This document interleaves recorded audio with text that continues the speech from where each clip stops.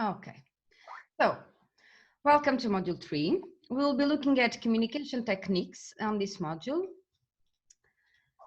But before, it's always important that we remember what we have done in the previous module. So in the first module that Carol and Neil did, well, we didn't try to reprogram anyone, but we really looked at the purposes of communication and with what can we do with communication, or can we change people's perception.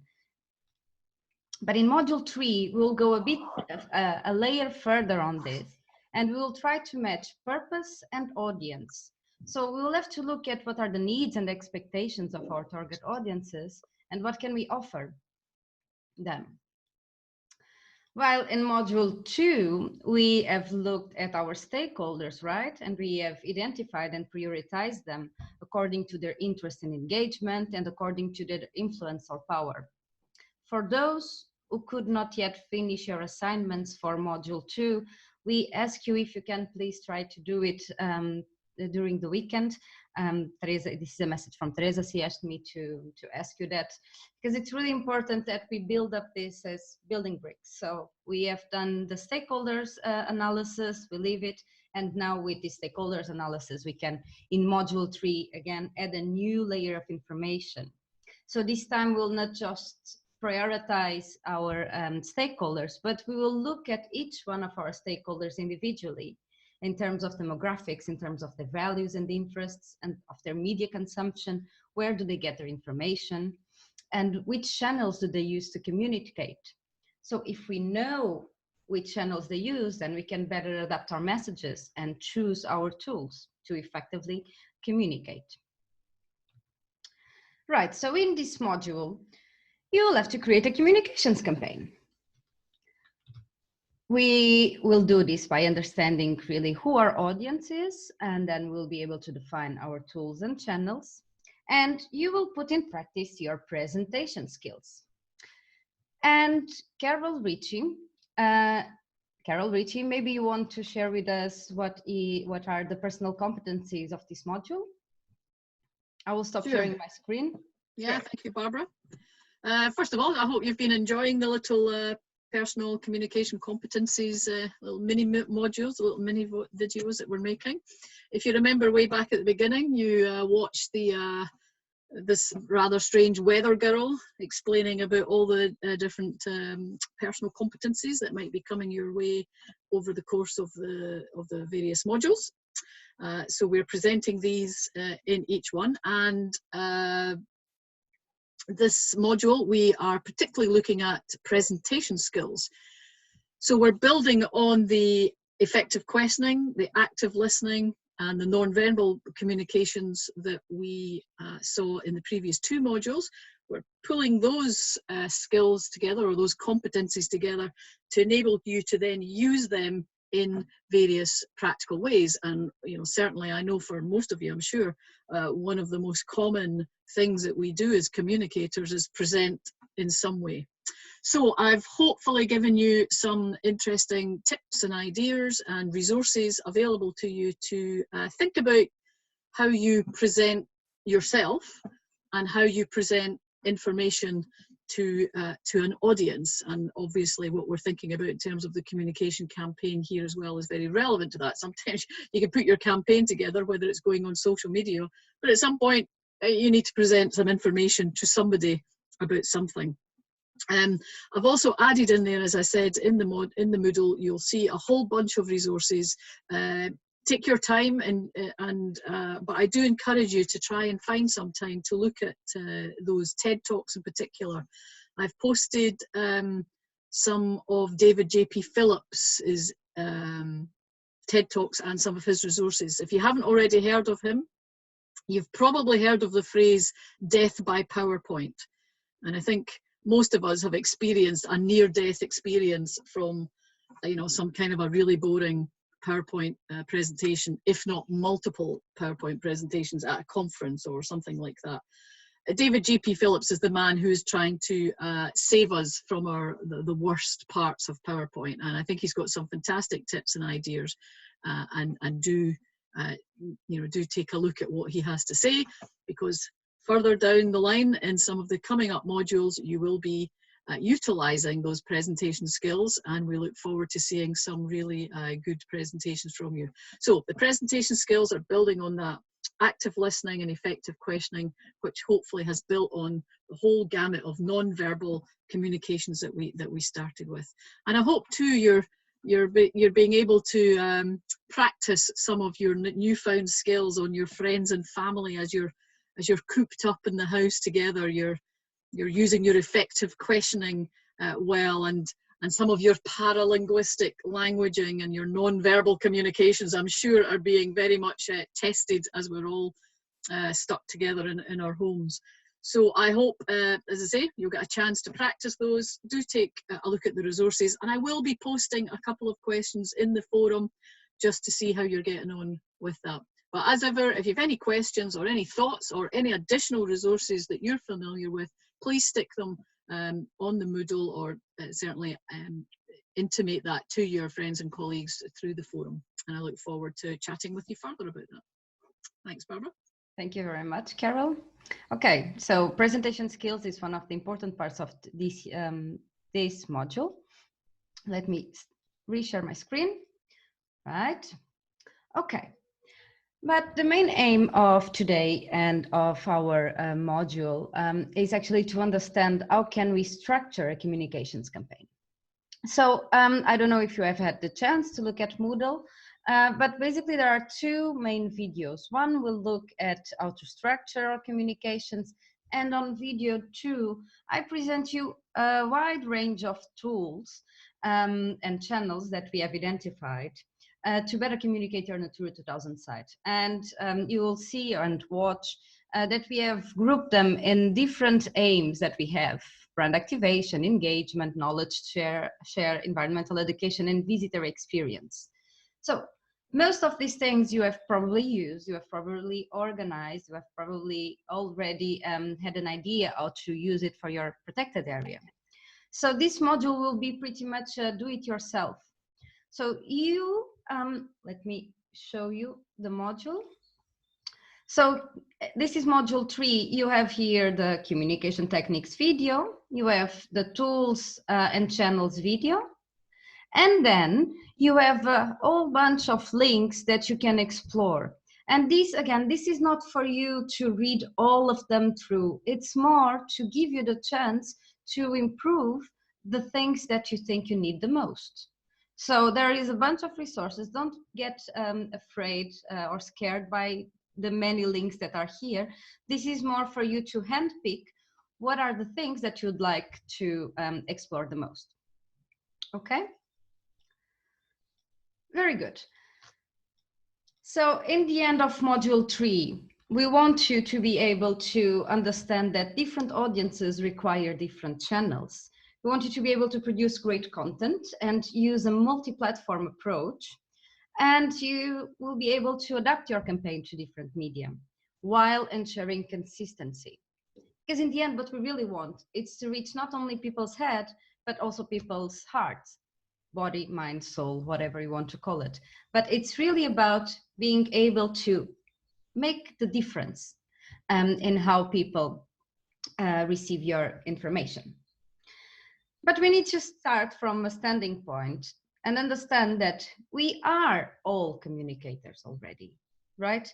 You communicate every day with your family, with your friends. In your work, you communicate with your colleagues, with the visitors, with project partners, with funders. So we are all communicators. That's not a question. It's just a question, how can we become better communicators? So, as I told you, this will be a very participatory session. So I will be splitting you in rooms. Each one of you will be, well, there will be groups of 4 people. And we will be in a breakout room. It looks just like Zoom, it's the same, but you will be able to discuss among yourselves this, in this case, this specific question. So I want you to think about an example of successful communications in your organization, something that you have organized. So, and I want you to share it with your colleagues for only 1 minute. And you need to tell them who are the targets of that communications, which tools or channels have you used, why did you choose those, and which were the results. So this will really practice your pitching because you have only 1 minute each one to present with the others, and then decide from all the 4 examples that you have heard, which is the example that then you want to share with us when we are back in the plenary. So just write down these questions in your paper. Who are the targets? Which tools or channels did you use? Why? And which results? All right.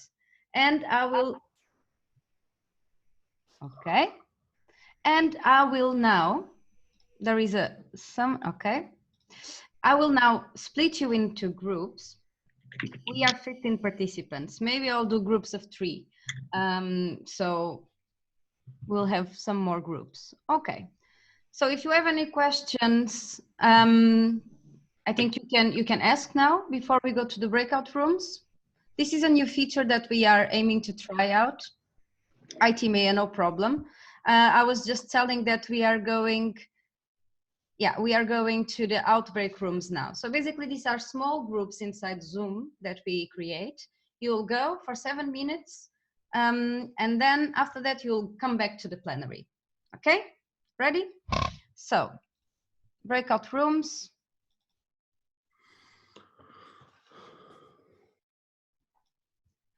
All right.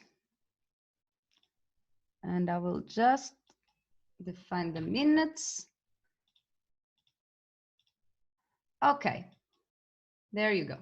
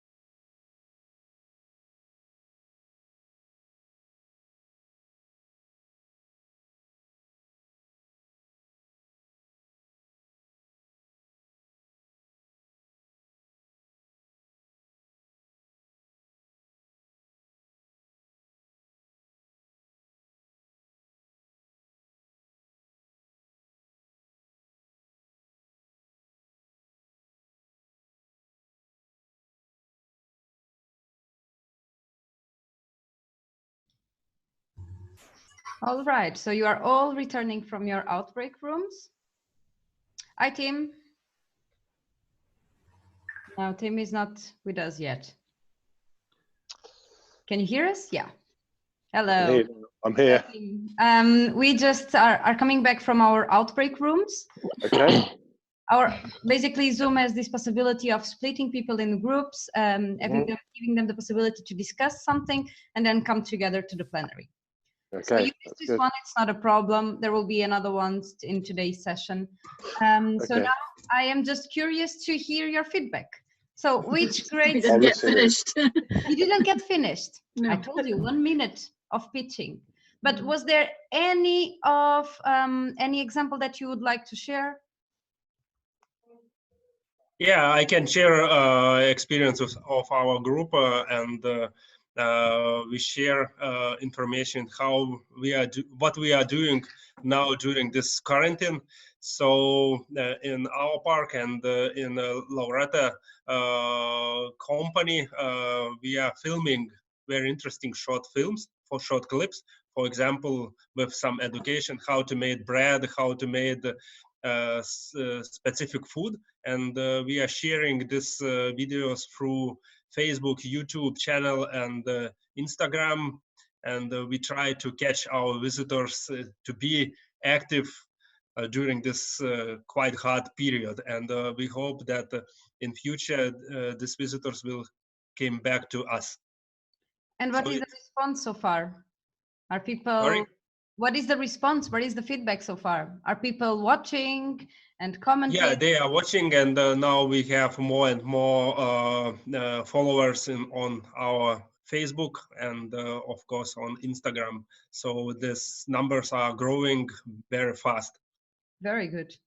Okay. Same for us, because we were in the same group with Ramon, and we don't post videos on how to make bread or something like that, but we post videos about our main species of the site, about the important habitats. We give information, trying to do it in an attractive way so everybody can not get bored about the information.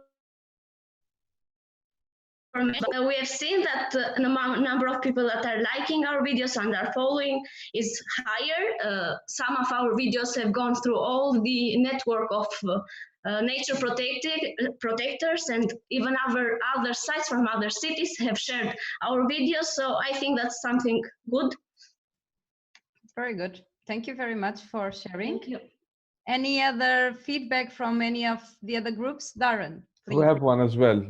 Basically, when we started managing the park area, we've noticed that there were a lot of cars accessing the area.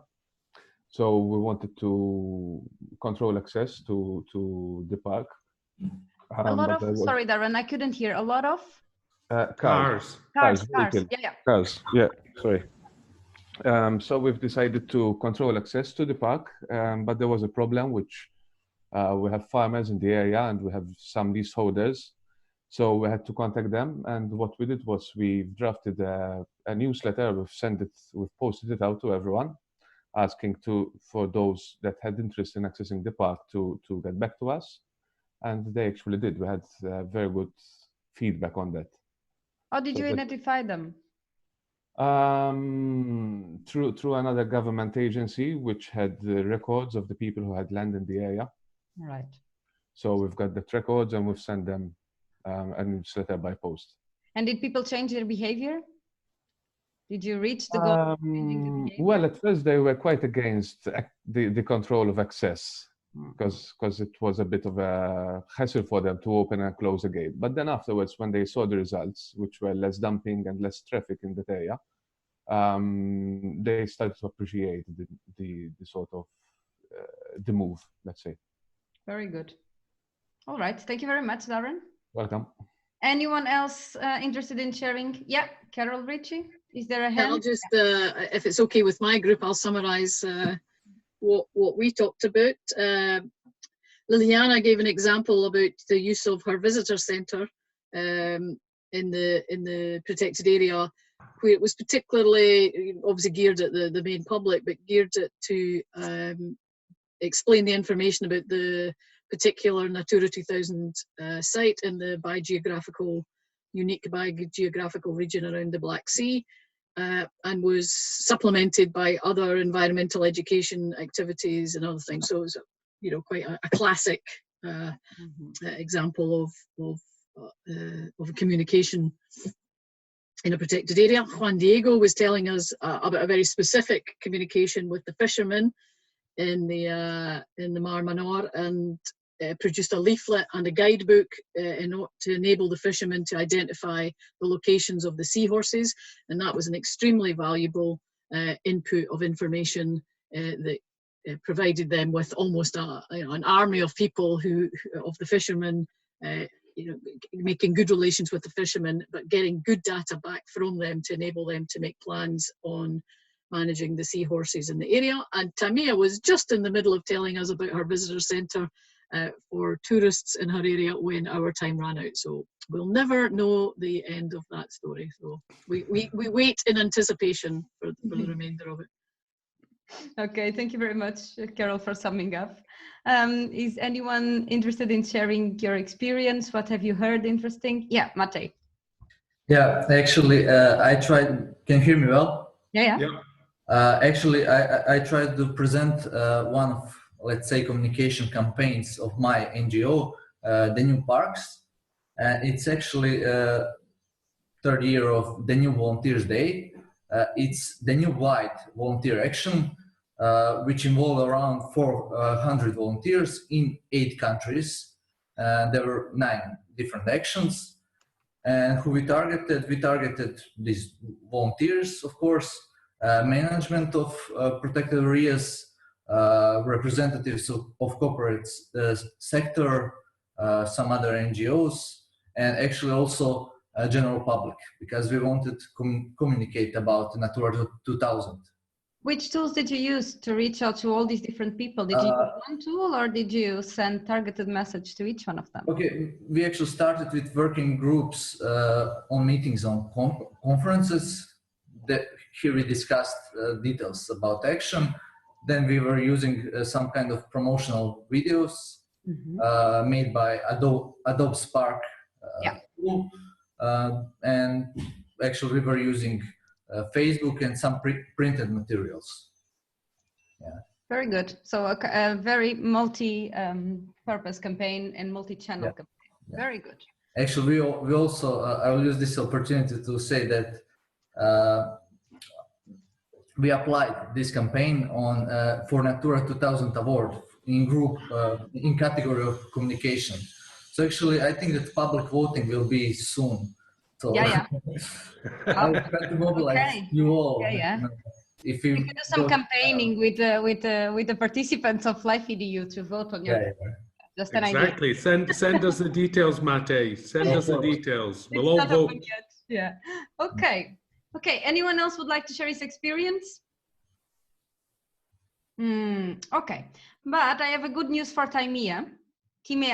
Tell me how to pronounce correctly your name, please. Timea. Okay, Timea. Okay, Timea. And for every one of you, there is one task. It's task 3.1 in our module, and it's just an opportunity for you to explain one of your most successful activities. It can be yours, or it can be a very good campaign that we have watched online. And so, Timea, I invite you to please share with us, because we are all curious to know the rest of your story. Okay, so, and this is for all of you. It should not be something that takes you a long time, but just something, some campaign, either the one you explained or any other campaign that you have found very interesting. It just needs to be related to nature. Okay, and then you can upload, you can insert a link or upload any photo and tell us, that's the main point, tell us why did you choose it? Why was it important? Why do you think it's a good example? All right, so you have all shared your experiences, or half of your experiences. So we know that you are communicators. Let's go to a different level. Let's go to social media. And one of the questions I asked you in the beginning of our module 3, I asked you to fill in which social media channels did you use. But I'm sure that not all of you were able to do it. So let's do it now with Mentimeter. Do you have your phone, or you can open your browser? I will share my screen.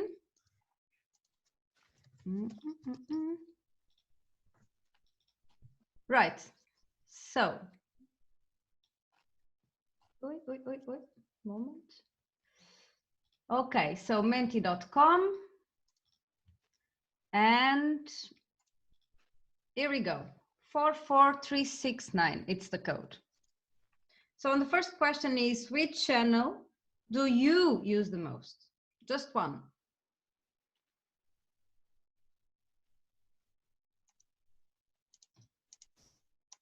Sorry, which code? Sorry, where's the number? 44369. 44369.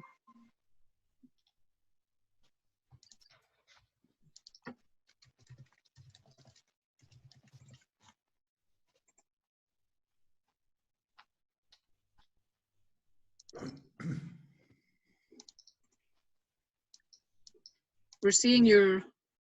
Yeah, your running order. We're seeing your Barbara. running order. Oh, really? Ah, Yeah. That's why we don't have the code. Ah, I thought you were seeing the other screen. I'm sorry. This is the right screen.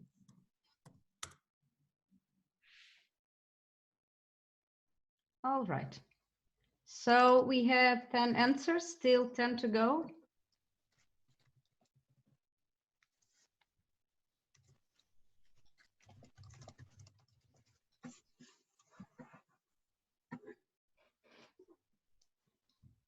Okay, Facebook is growing.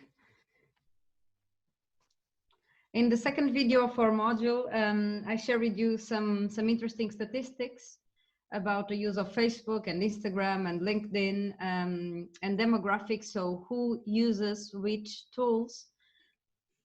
And it's very interesting because indeed Facebook is the platform mostly used in Europe, although Instagram is growing a lot, especially among the youngest generations, and TikTok as well. I'm sure no one of you will use here TikTok, but it's mainly for younger generations, but it's growing as well. So we have 13 answers. How many are we? I think we are more. 20. 20. Okay, 19 because I'm not answering. So just 3 more people to go. But we definitely have a winner here. Okay. So now let's look at which social media channel does your organization use the most?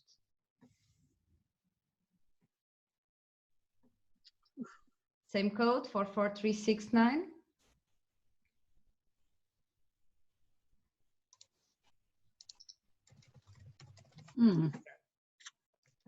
We're only allowed one answer.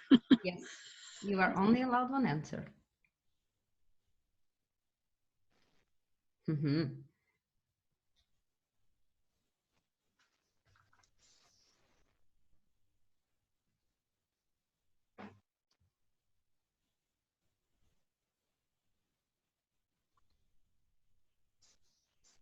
Okay, almost there. Okay, out of curiosity, who are the ones who answered Twitter? Carol? And who else? I cannot see hands, so you need to unmute yourself. Marie, okay, I saw your hand. Okay. All right, and but you know that it's a close tie between Facebook and Twitter. Yes. And who said Instagram? You need to say it. You need to unmute yourself, otherwise we cannot see who is the person. Paul said it. Paul, okay. So you use Instagram the most to promote your park? No, actually I don't, but my colleague does. Your colleague, yes, of course. Yeah. You in your organization. Okay, yeah. Thank you very much for your results. There was someone, Ursula has a bad connection. Okay, very good. So, well, this is interesting. The most the Facebook is the network that you use the most, and it's also the network that your organization uses the most. So if we think that a wide range of the population in Europe uses Facebook, so using Facebook to deliver your message might be wise as well. Okay, now let's go back to our presentation. Let me just share my screen again.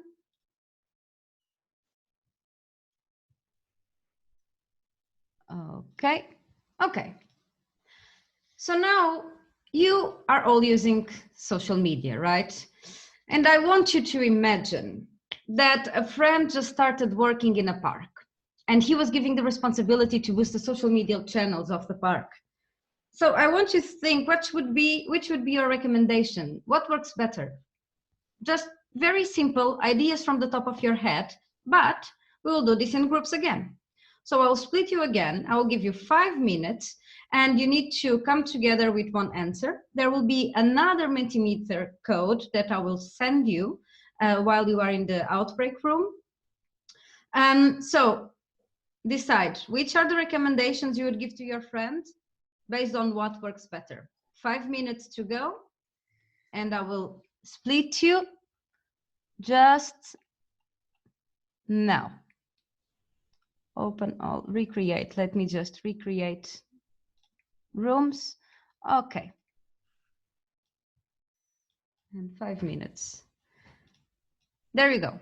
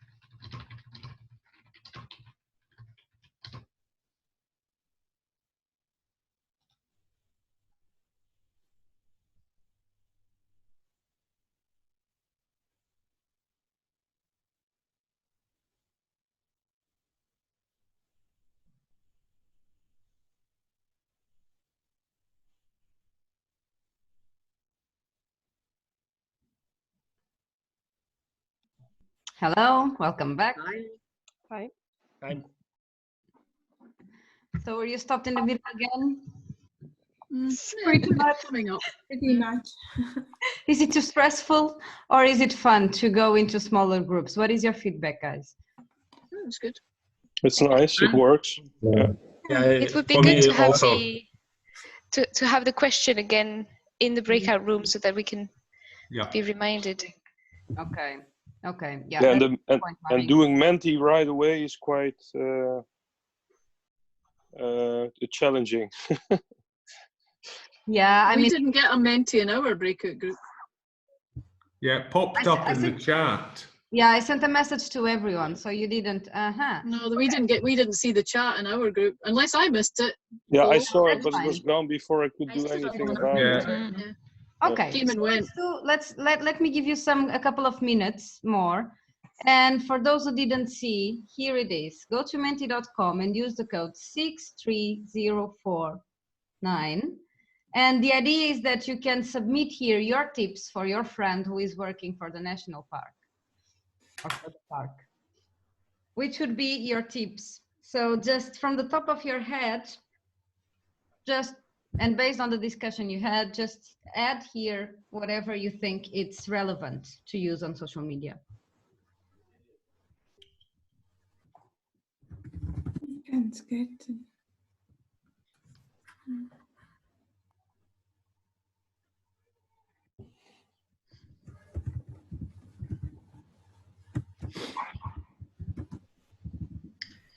I can't see it on my screen. I don't know why. What can't you see? You are muted, Timea.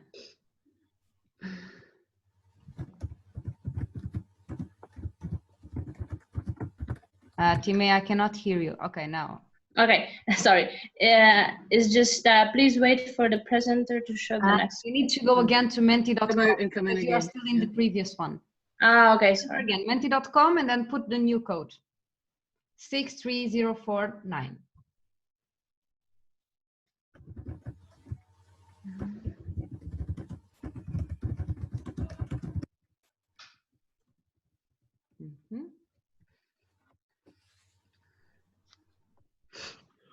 Okay, very good. You can see it, right? You can see my screen with your results, don't you? Yeah. Yeah. Okay.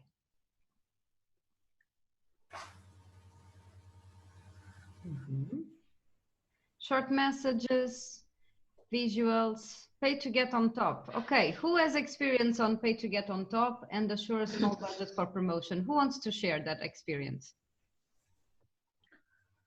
Okay, actually, I put this one, try to assure small budget for promotion, because, you know, when I was analyzing reach of my posts, I was really trying to make some creative posts, but, you know, some other posts that were not so creative and were boosted, reached, I don't know, 25,000 people and things like that. And my post at my best effort can, I don't know, achieve 3,000 people. Yeah, sure. Yeah. Okay. But it was just a small amount of money, you know, invested like €5 or something like that. And it's, I don't know, like 10 times more than usual. Yeah. And were people, I mean, because there is a difference between what Facebook tells us, that was the outreach, it reached 20,000 people, but did it really convert it into likes or shares or comments? Were really people engaging? Could you also evaluate that? Okay. Well, of course, that's about quality of your post, you know. You can post any kind of post, but I'm talking about really quality post that you need to address to as much people as possible, right? Yeah. All right, thank you. Okay, we have very good stuff here. Engage people to comment, right? Always pictures, videos, and visuals, right? Use the right time for publishing. How do you find out what is the right time for publishing? Question to whomever had that.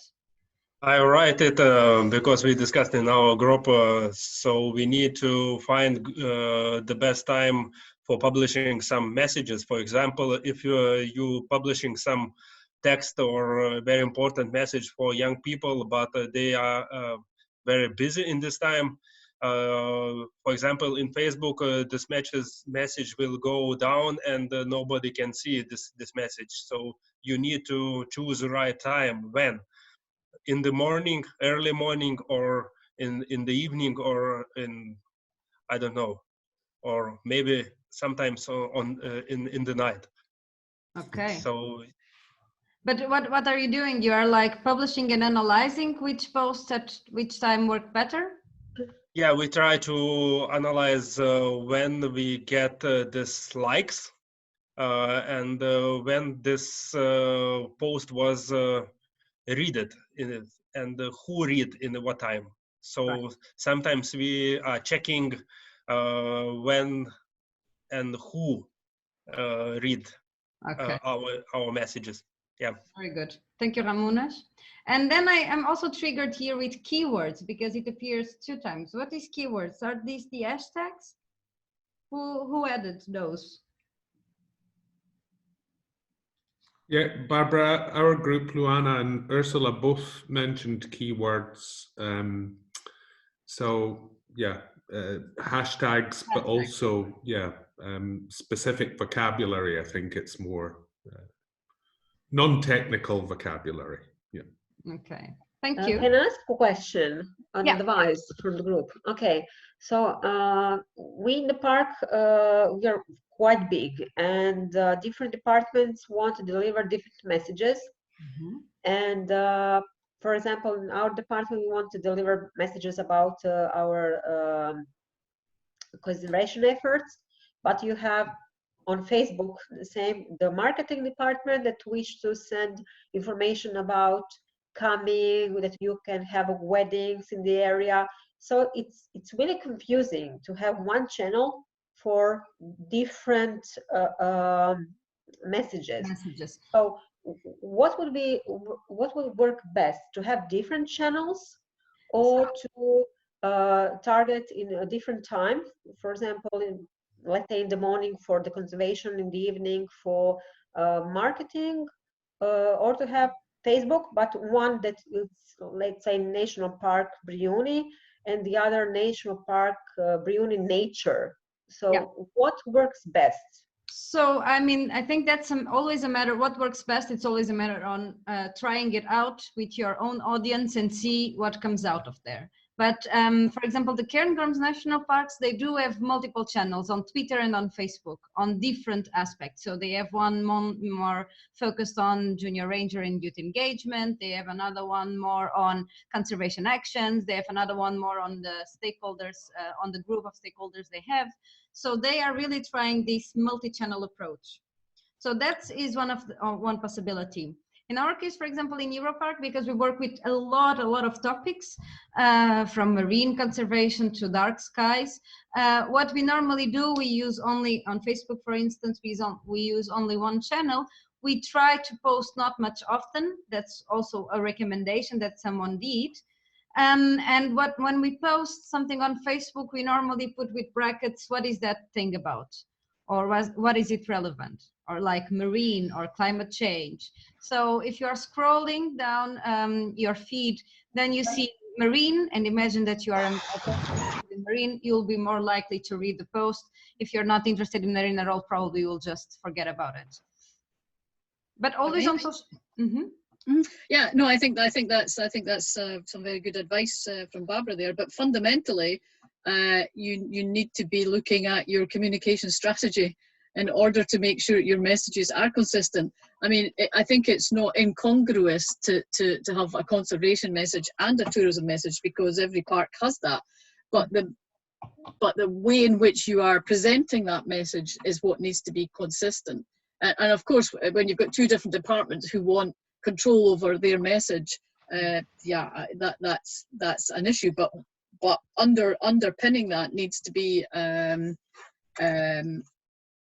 a clear agreement about what is the overarching message, and that all individual aspects of that need to be able to relate to what is the fundamental goal and message and story of this park. So I'm not absolutely convinced that using, I mean, multiple channels will, as Barbara has explained, will filter your message to particular audiences, but fundamentally at the back of that, you need to bash the heads together of the conservation department and the marketing department to make sure that fundamentally the overall message is consistent, even if they're saying it to a slightly different audience in a slightly different way. Underpinning that needs to be the same overall message. That would be my tip. Yeah, when I was working for a protected area in Portugal, we had only one Facebook channel, for instance, or one Facebook page, and we did add multiple messages. And the good thing about, for example, sharing a camera trap photo was that the page would get so many views and such a high engagement that then the other posts who are not so sexy or not so interesting, they will reach out to a higher audience, because a lot of people were captured in thanks to those wildlife traps, camera trap images. So, I mean, you can also find a balance between a more conservation message or a more visitor target message. But it's really important what someone wrote here, not too many posts per day, because indeed, if it's too many, it was you, good. If it's too many, then it gets too much, and I will just remove my like from that page. I don't want to follow this anymore. Okay. So from our experience, I want to put a very short message. If we have an extremely important message, we just froze it on the top in Facebook page. So this message, yes, in the top. So yeah. Very good. I like also this idea of mystery, intrigue, or asking people questions. So very good material. Very good material. Thank you very much for your answers. I will, of course, make this available because I think this is good input for each one of us. And now that you seem to be ready to give good advice, I will ask you to imagine something different. So let me share again my screen. But before that, do you want to make a 2-minute break? Just to get a water or stretch or go to the toilet? Yes? Okay, so let's do this. Let's do a 2-minute break and we will come back. Okay, 2, 3. Okay, it's not. Okay. So now that you are refreshed and ready for another task, I will ask you to imagine that you are a PR and communications agency. Let me remove this out of here. So you are a PR, you are working for a communications and public relations agency. Then there is a client, and this client comes to you, and this client is exactly the part you are working in, okay? And he comes to you and tells you, well, I've heard something very, very interesting at Europark Conference 2019 in Latvia. And now I want to do something in my park with this. I want to launch a campaign in my park, and this should be right after the forced enclosure due to the current situation. And this campaign is the Healthy Parks, Healthy People campaign. So who have heard about this? Well, those who are, don't put your hands because I cannot see everyone, just turn on your microphone fearlessly. Yes, I hear. I have T-shirts with this. Healthy Parks, Healthy People. Yes, Ramonas, I remember you in the conference. Okay, Carol, she also put, I don't know, have you heard about this, Carol? Okay, so what is the Healthy Parks, Healthy People initiative?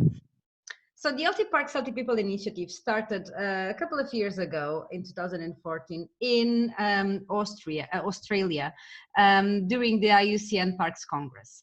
And this is an approach, it's a program, it's a global program. Europark is trying to make a European program. And the idea is to support parks and protected areas to work at their regional, local, or indeed at a national level to deliver better outcomes for health and for people and nature.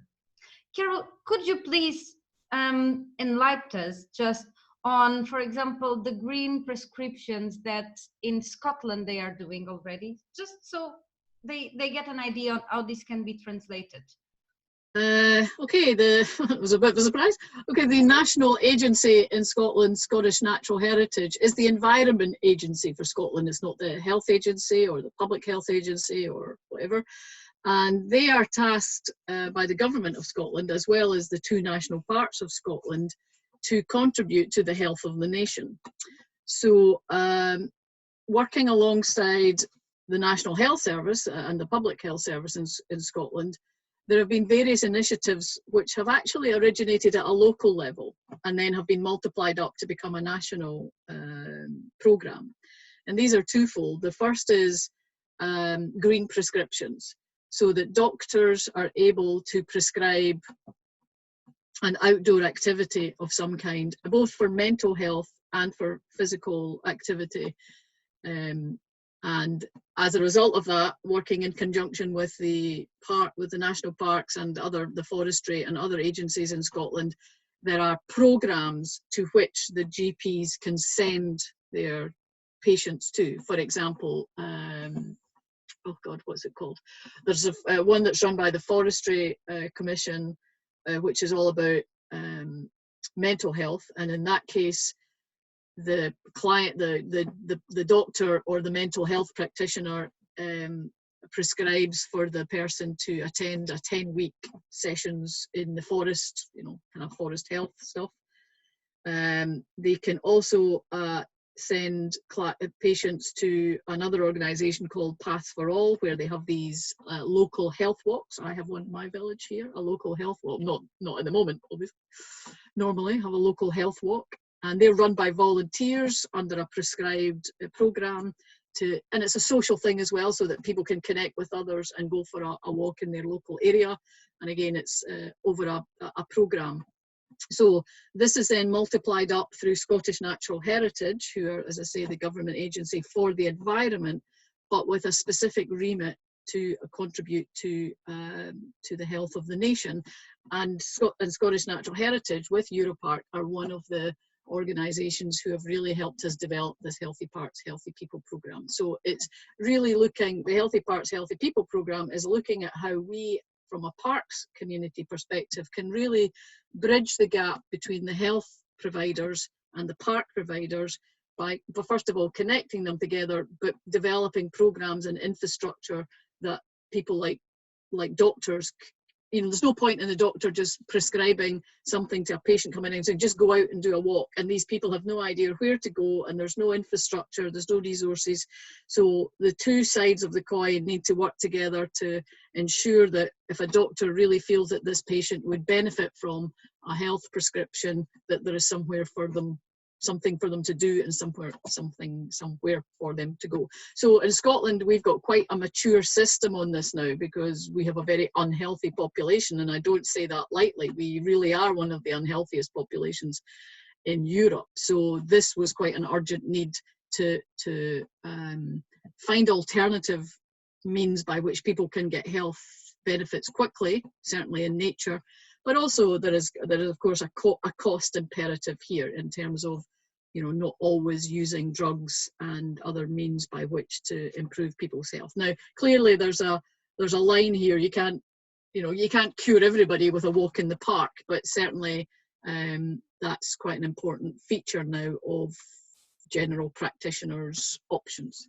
I hope Thank that's you very sufficient. much. Yes. Go, Martina, ask. It's really interesting. I would like to have more information, if it's possible. First, do the guides in the area, in nature, that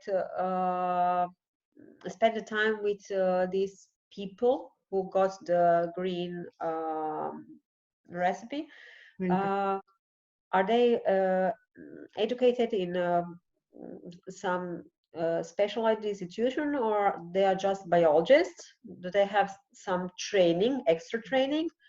And the second question is, who is paying that?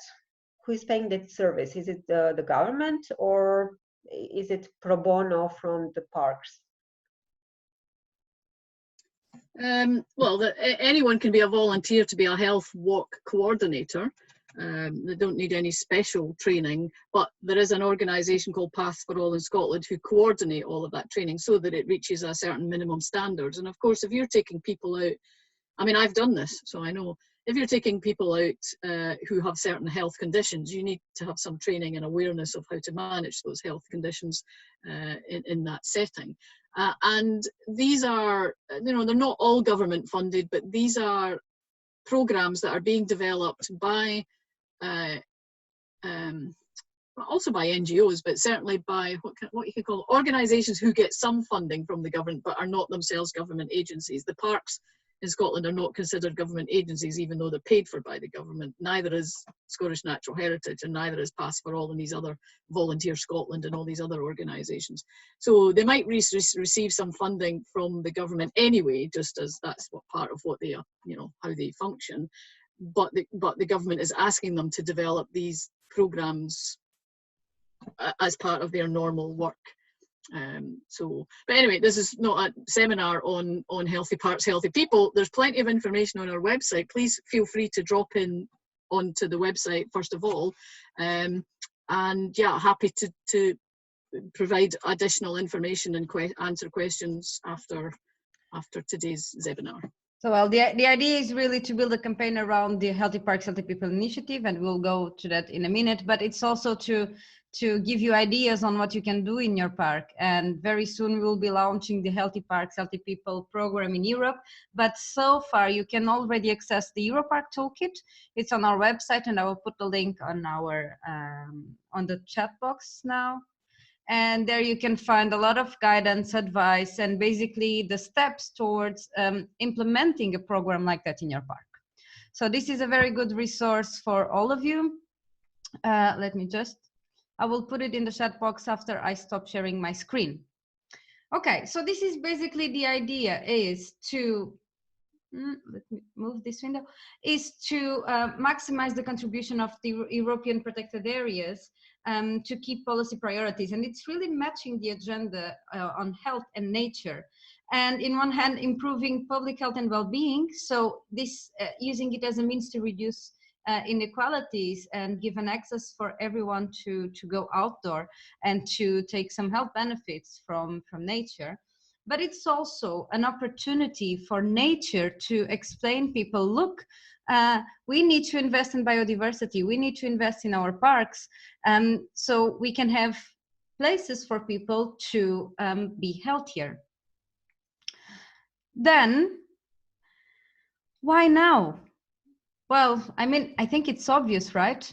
I think more than ever, we can use this hook to that we are all locked at home due to health reasons. I think it's a good moment to use this, this hook to show people the importance of preserving our natural heritage. So we want to make the connection. It's important for our parks. We want to promote the health benefits of being outdoor. And we want to show society that a healthy society needs healthy nature, right? And do you remember our connection? Well, now how can we translate this into a communications campaign? So in the first video of module 3 that you will watch later on, I'm sure, there is a kind of guidance on how to go through all these processes. The first one is to define the clear objectives and the outcomes that you want for your campaign. And then, of course, define the audience that you want to engage with. Well, after that, building relations, there is a lot of information on that, and how to adapt your messages to better reach your audience. And only then we look at the delivery channels, at the tools and the media channels that we want to use that will better work with our audience. So we have our outcomes. We want to make a campaign around the idea of the healthy parks, healthy people. We want to have it locally. So we want that you think your park will do something. It doesn't have to be straight away a green prescriptions program involving the national government. So you don't have to think so big just now.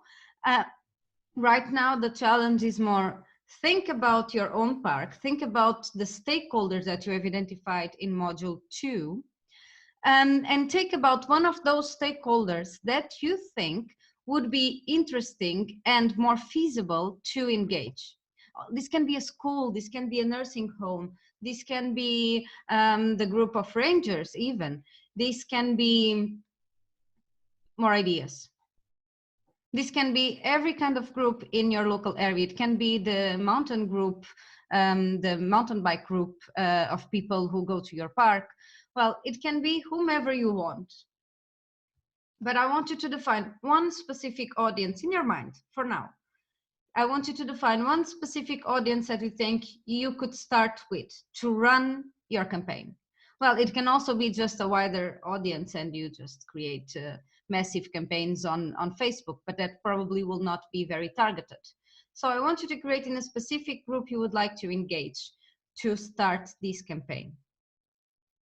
Right. Okay. And we are running a bit out of time, so we will not do the collective brainstorming that I thought about. My idea was now we would just put on a whiteboard all the type of stakeholders we could think. We'll just pass that step and go a bit further. I just want you to start fermenting those ideas in your head. Because what I want to show you now is a tool that you'll have to use in your group assignments to better understand who your audience is. So for a moment, I will just stop sharing my screen and I will explain you what comes next. So in this module, there are only 2 tasks that you need to do. The first one I told you is just submitting an example of communications that you find interesting. And the second one is the one that I'm going to show you now. So what I want you to do is to embody this PR and communications agency that is inside of you and create a campaign for a park to promote the Healthy Parks, Healthy People initiative. But this will be done in groups. So in the next breakout room session, I will split you in rooms and remove Carol and Neil, so they will not be assigned to any. And I want you to talk with your colleagues. Think about who could be stakeholders in your protected area and agree among yourselves who are the stakeholders that you want to work with for this campaign, okay? Because this is the first step on any communications after you define your objectives, of course, is to really be clear on one audience, okay? So write down in your paper, please. I want to define one key audience, okay? Because then you will go to breakout rooms and I cannot share my screen with you anymore. So first, one key audience for this campaign, and really try to think about its implementation. So try to think as practical as possible. Who could be the people you could really reach out to just straight away? It can even be the medical center close to your park. I mean, really think what is feasible, okay? Because after you have thought about this and you go to your breakout rooms, you'll need to discuss, to share your ideas with your colleagues and decide from all the ideas that you have, one park that you will be working for, okay? One from the group. So you need to be very persuasive to convince the others to work for you. Let's see how your persuasion skills are, okay? So think about your park, think about how you can persuade the others, right? Okay. And after that, you need to apply a tool. And now I'll share again my screen to show you which tool is this. Let me just put up the presentation again. Moment. This is very complex. Many, many things at the same time. Okay. So who have heard about the empathy map? Anyone? I cannot see you. No, no one has heard. Okay. And let me paste here. This is the toolkit. Share my screen. So what is this? The empathy map, it's a very, very interesting tool. So imagine that you have understood who is the audience you want to target. And the audience, give me an example. Can someone give me an example of an audience that you have thought? Activate your microphone. Maybe it can be families. Families. Families. Families, very good. Okay, right. So you give me this, families. What are we going to do with this empathy map? So basically the empathy map is a tool that allows us to go inside the head of someone. We create a persona. This is very used for promotion and publicity. So we create a persona. Let's see these families. Who do you prefer to be, the man or the man or the woman?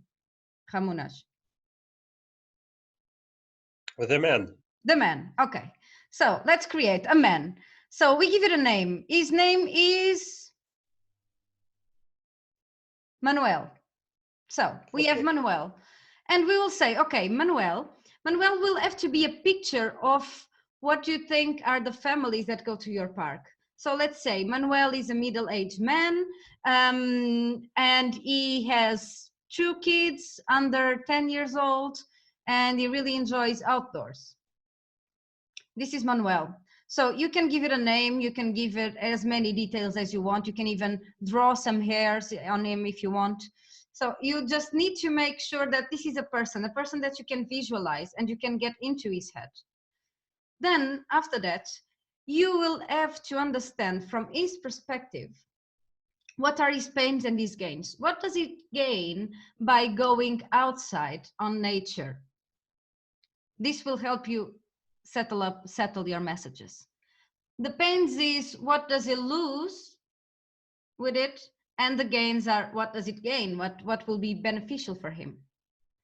And then when you analyze all these areas, you will go really into his senses. So what does he see? Where does he get his information? Does he go, how old is he, Ramunas?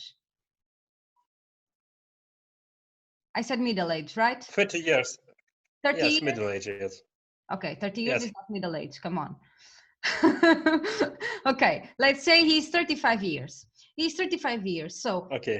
Which type of platforms do you think he follows? Does he follow Instagram? Does he follow TikTok? Does he follow Facebook? Where does he look for information? He looks on, he reads the newspaper or he reads online news. What does he see when he... This is just questions for you to start elaborating your thoughts, huh? But yeah, go ahead and make any questions if you have any doubts. So the first aspect is, what does he see? Where does he get that information? What does he see when he goes out? Maybe he gets the bus every day and he sees the information on the bus stop. So just put yourself into the eyes of Manuel and think on what does he see and where. Right. What does he hear and where does he hear? Maybe he hears that his friends are saying, oh no, going to national parks, it's very dangerous. There are wolves there, so you should not go there. Or he hears like, oh, this park has now a beautiful infrastructure. Maybe you can go and have a walk with your family. So what do you think Manuel hears? Because if you can try to think on what he hears, maybe you can try to better convey your messages. Then what does he say and do? Who can he share this information with? Maybe to his wife, right? He can say to his wife, well, I go out on a walk. Maybe we could all go together and have a family time there. Or maybe he can advise his own peers. And then what he thinks and feels. He thinks, oh man, I have 2 kids at home. They have too much energy. I need to take them somewhere and make them spend their energy.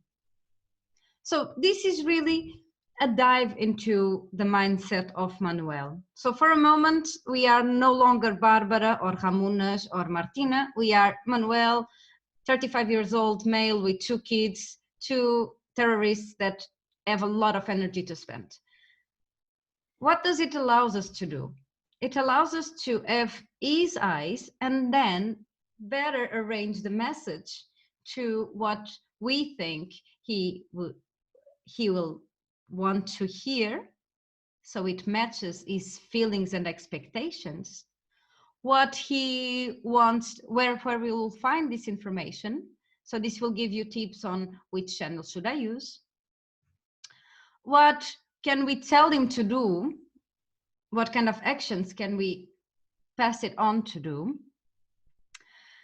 And this will give us input on how to draft your messages. So maybe we can tell them, you know, if you go outdoor, your kids will be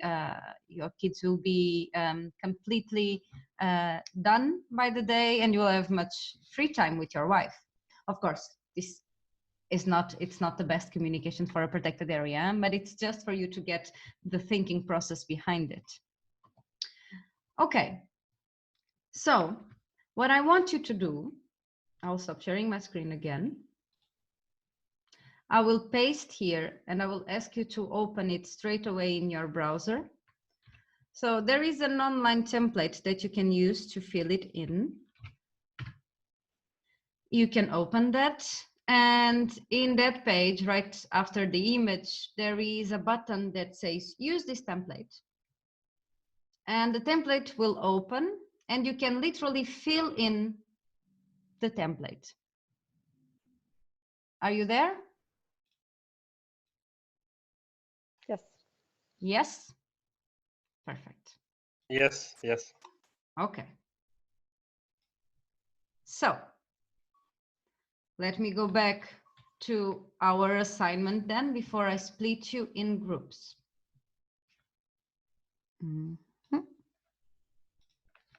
All right, so what do we want to do?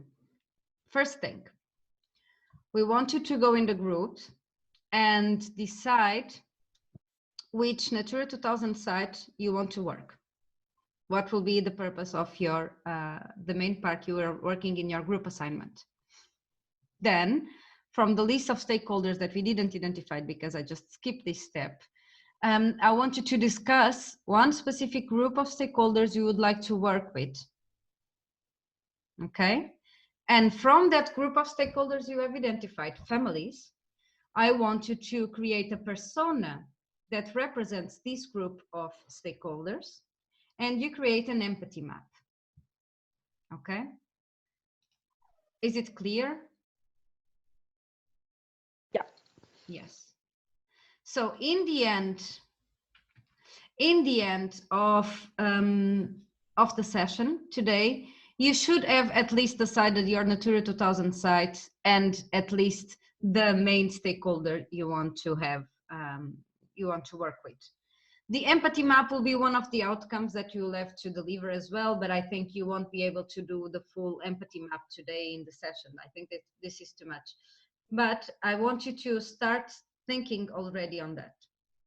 Because after our session is over, what's going to happen is you will have to work in groups. We will create the groups in, the groups will be now assigned automatically with Zoom.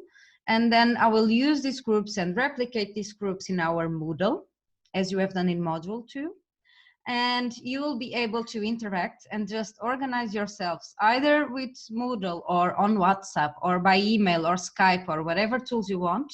You need to come out with a communications campaign for this specific target audience that you will be deciding just now. Okay? Well, this campaign then, of course, has to have the clear identification of your stakeholder, your main audience. It has to be, you need to show us a bit the empathy map, and then you need to draft the messages and tell us which tools and channels you will be using, okay? And don't forget this has to be as real as possible, as closest to reality as possible. I would really like to see that at least one of you will be able to implement this in your park once we are back to our normal lives. Questions? No one has questions. Okay. Okay, so then before I split you up in groups, this group task will be due next Thursday. So what is the idea? In our next open session, this will be next Thursday, same time, you will be sharing the results and presenting it to all of us. So you will be able to put in practice some of the tips that Carol shared in your personal competencies this week. And you will have to present us and convince us, we will be your costumers then, convince us that your campaign is the best campaign ever. All right? Okay, are you with me? Excited? Okay, very good. Now, just one final thing. Have you done your personality test? Yes? Very good. Okay, so then on the Moodle, there is a question. I ask you to fill that in, but the personality test is relevant today because the first thing you will be doing when you go out onto the outbreak rooms is to share your personality type. After all, they will be your working mates and you need to know each other, right? And this is one of the best ways to get into other people's head. And after you have established this, you understood who you are, then you can start trying to convince the others to work for your park. Okay? So I'll give you 15 minutes, only 15 minutes. I don't expect you to do the full empathy map today, so don't rush. Take your time to get to know yourself better. Take the time to choose for which park are you working and to choose your target audience. So that's at least what I want to hear once we are back. Okay? Ready to go? Any questions before we leave? No, all good. Okay, perfect. So let's try it out. And just one more thing while I prepare this. There are some colleagues who unfortunately are not here. I will assign them to different rooms later on, to one of the rooms, to one of the groups later on, okay? So let's split people in 5 groups. Okay. There you go. Goodbye.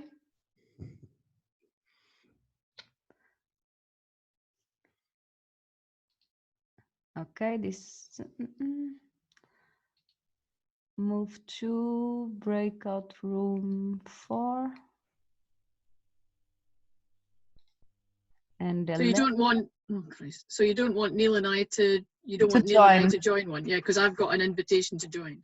No, you should not join. You cannot, yeah.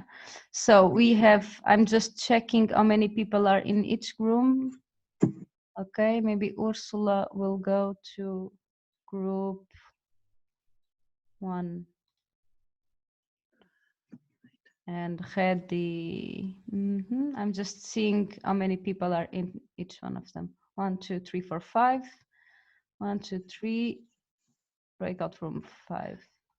Breakout room 4. There is a person alone. A group of 1. Eleni. Oh, poor Eleni. Okay. And Sophie, 1, 2, 3, 4, 5. 1, 2, 3, 4.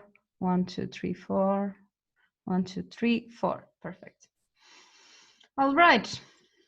Because my eyes were hurting following your advice. Too fast, like my brain. Oof. Hello, welcome back.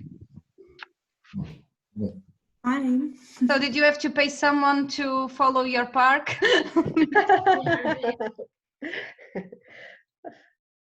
Hey, Tim. Ah, Tim is outdoors. Go back home. Go back home. I'm out on my daily exercise. It's cool. We've been doing nature walk and listening in, and I've had an opportunity to take part in the last breakout session. So that feels good. That feels good. So I'm going to walk home now, but carry on listening. Fine. Yeah, we'll Thanks, we'll everyone. close in 2 minutes anyway. Yeah, great. Thank you. Enjoy. Thank Okay. Now I just want to hear your feedback.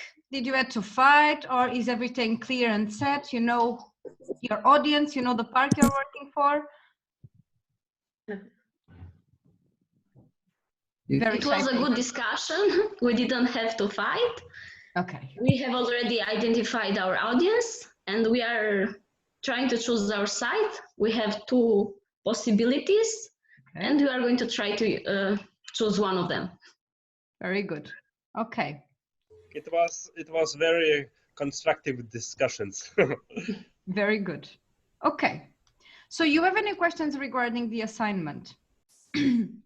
So I will put now all the information also, like all the details about the assignment.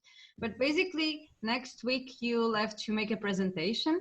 It's important that you divide the presentation in a way that everyone can say something, okay? Each one of you should be able to speak out. And you should prepare a PowerPoint presentation or a Prezi or whatever tool you want to. Or you can even create a video. I mean, that's really totally up to you. But don't forget that you need to have some kind of tool to show us live on next Thursday, your campaign. Okay, and then one person, you need to identify one representative in your group and just drop me a line later on by email or something saying, okay, I will be the responsible to submit the assignment. So imagine in the group of Loretta was appointed the main responsible. So Loretta, then you will be the one submitting the assignment for all your members, on behalf of all your members. Okay. Is this clear? Yeah, Barbara, you can also communicate with Barbara. So per group, communicate with Barbara through the Moodle. Oh. We have the little chat bubble, and there's a list of all the group participants, including us, there as well. Good. Yeah, that's true. Thank you. Thank you, Neil. Just a question. You said you were going to add people who are not on the webinar today to the groups. So how many people are they going to be per group? I mean, my idea was to have groups of 4 only, but I think in the end you will be 5. Okay, so just to wait until we schedule a call or something. Yeah. If we're No, not I'll all release of all us, yeah. information today afternoon, so Okay. you don't have to worry. And I will also write a message because there are a couple of colleagues who weren't able to attend. Yeah, we're Let me know. 23 in total in the whole group, so it'll be yeah, fours and fives. My idea was to have 6 groups of 4 people, but obviously a lot of people weren't able to attend. So I will discuss with Neil and Carol what is the best option, to ask them to make a group separate themselves or to include them in one of your groups. Yeah. So just wait for our communication this afternoon, and then you can start preparing your group work. Okay. Super eager. They all want to do it this afternoon. Yes. Okay, and I will also publish on Moodle the toolkit that we have and the information that we have already on Healthy Parks, Healthy People. It's not much, but there is something there that you can take a look. And you have already the link for the empathy map. If you have any questions, meanwhile, just write me a chat on Moodle. And yeah, I'm very curious to see your campaigns. Okay. Can I? Thank you. Yeah. Sorry, just before we finish off, we'll be sending the evaluation form, the online evaluation form for Module 2 on Friday. We just wanted to give a little bit more time because, yeah, some people are still doing the tasks. So that'll be coming your way on Friday. And then also just, again, a little reminder, I hope you're thinking about your own personal blogs or, you know, whatever you want to create, to record and to reflect on your experience as being part of the course. We're looking to see a range of different innovative types of approaches. You can do it on video, you can do it in writing, you can do it as an old-fashioned school diary, whatever you prefer. But it is important just to capture your reflections as you move through the different modules and move through the course, because it'll be very, very interesting to share some of your insights about your experience once we get towards the end of the course as well. So just a little reminder, keep thinking about that. Just take just a few notes, or just a little video about, yeah, what you feel about different tasks and different modules. Good to start compiling that as you go through. And then also at the end, for yourself, it's your own personal record, you can reflect back and say, oh, really? Did I think that back in March or so? Okay, that was it. Thanks, Barbara. No, thank you all. And yeah, if you have any questions, just chat with me and I'll be very glad to answer all your questions. And yeah, have fun together because that's the idea. Question, did you share your personality type?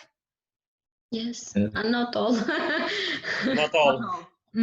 Okay, but you still have an opportunity to do it. And just share it on the Moodle as well. There is a question. What personality type are you, Barbara? I cannot reveal now. I am a campaigner. Who is a campaigner? Is there any other campaigner here? Today I was a campaigner. You're a campaigner. He's switching between campaigner and protagonist. Okay, very good. Now, yeah, so we see you again next week. And yeah, have fun together. And thank you very much for your attention today. Thanks, Barbara. Bye. Thank you. Bye. Thank you. Have a nice day. Bye. You too. Bye. Take care.